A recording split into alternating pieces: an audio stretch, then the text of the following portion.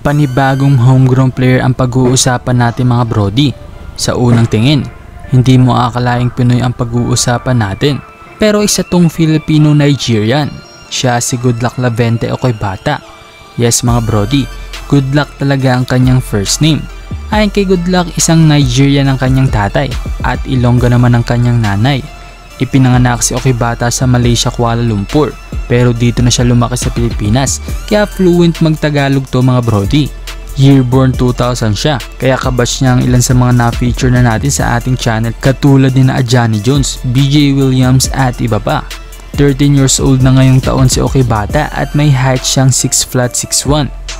Ngayong taon nga lang ay tumangkad siya ng 4 inches, kaya posible pang tumangkad pa ito ng ilang mga inches bago tuluyang mamit niya ang kanyang pinaka-height.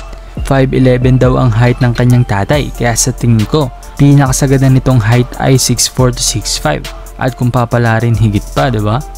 Pero hindi lang naman height ang meron nitong si Okoy-Bata, okay din ang potential nito.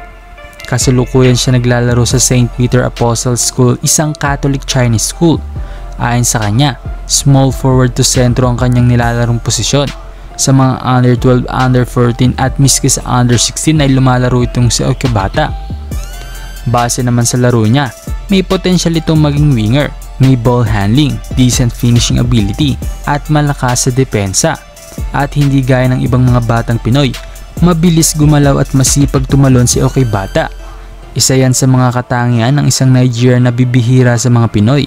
Yun nga lang, hindi mapagbigyan na maglaro na mas matagal si Okoy-Bata bilang wingman.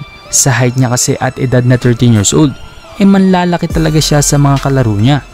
At mukhang ang goal sa ngayon ni Okoy-Bata ay ang mapansin na malalaking universidad sa Maynila para mas lalong mahasa sa paglalaro at magtuloy-tuloy sa kanyang pangarap. Ayun, heto nga't ating panoorin mga brody ang highlights ni Goodluck Lavente Okoy-Bata.